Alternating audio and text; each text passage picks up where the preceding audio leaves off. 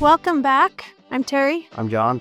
And we're going to move on from the actual processing, the breaking down of the animal to putting it up for storage. So this video, we're going to focus on vacuum sealing. This machine that we have is a FoodSaver brand. We got it on clearance. Like, we got it marked way down. Yeah, it was on some sale at Sportsman's and we couldn't pass up the price, so we bought it.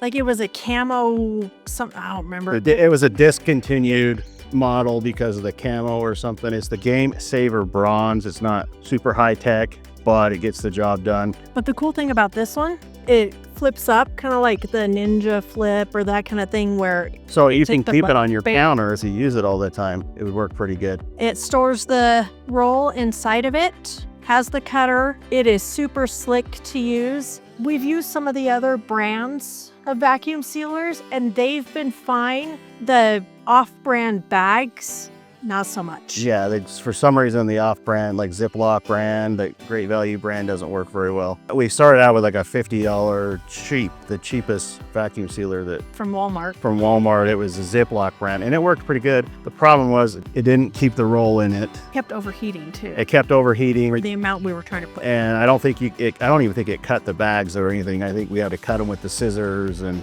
all it did was vacuum and seal. That's all it did. Yeah. But it did the job until we got this. Yeah. We're going to move through. We've got everything divided up into the particular cuts. And so we'll just get started on doing that. But one thing we wanted to show you guys, for a while, this was not working. It would not pull a vacuum. We thought it was done. It would seal. Well, it would have to like stop the vacuum and hit seal. It just wouldn't finish. And then it seemed to always have the liquid seep back out and just never sealed right for a while. So I was doing some research on it. I thought we were just going to have to buy a new one. We used it to death and it was done and over with. And I came across this. So I did not realize that there was maintenance parts on the vacuum sealer. So included in this, as it says, is 4 gaskets and 2 pieces of the heat tape. Well, it was our gasket that wore out. And so it's this piece right here, this little foam piece. It was no longer sealing to where it would pull that vacuum and work right. So this was like $10 or so. It was not much. I'll link it below. It was working again. If you have a machine that is no longer sealing right, it's not pulling a vacuum right, maybe look at replacing the parts that are the consumables. Do a little maintenance on it. And you might be surprised. We were. Yeah, it worked like brand new. To seal it, there's this little tray in here that catches any juices that it may suck out when it's vacuuming it down. You want to make sure that these ends tuck into this tray. That's why it's angled like this. So basically, we're going to take this, put it in across the heat strip, tuck those ends in there, and then vacuum it down. Hopefully that made sense.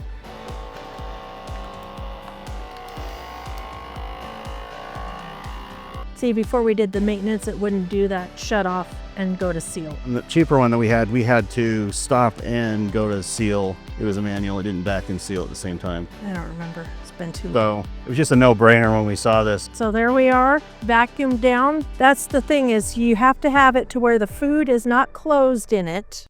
But those ends, those ends can tuck into that tray. So you need about 4 inches of bag above, more than you think you're gonna need. Well, for example, this is where the seal is, and this was just barely in the machine closing down, but I was just able to get it. Now, do you have to have a vacuum sealer to store your meat in? No.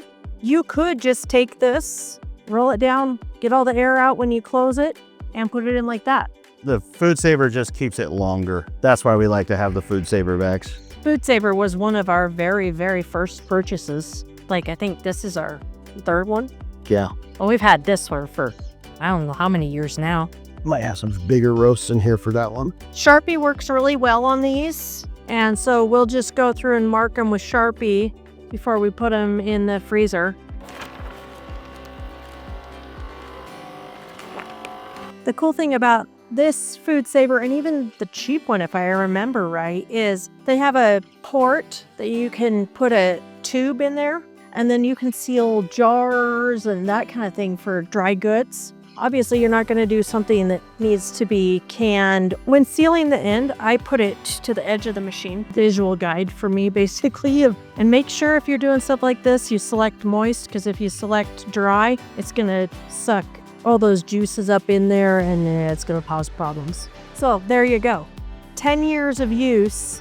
How many animals, how many veggies, how many dried goods. Like when I make granola, because I tend to make multiple batches at once, I will put them in, I'll put one of the batches in a bag like this and stick an oxygen absorber in it and seal it and put it in the food storage room. And then it holds because it's not getting any air in it or anything. Because if I put the whole double batch in my kitchen, it's gone like that. So even with this one not being super cheap, it still overheats pretty quick and it gets frustrating. So our next big buy is going to be a chamber vacuum. Well, especially when someone's gone, I'm hungry, hurry up, let's go, move faster. And I can only go as fast as the machine.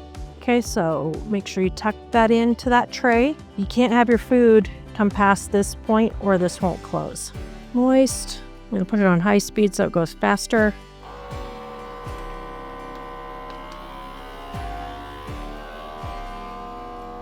See, that tray is catching all of that that's pulling through. And we are good to go. If it makes you feel better, you can do a second line of seal on it. We've had sometimes where we open it up and we can see it starting to draw back because it pulled the juices into the seal. So if you wanted to do that, you would just move it out slightly, close it up, and hit seal again. And make sure you clean that tray out after you finish with this thing if you've been processing meat like this, because it gets rank.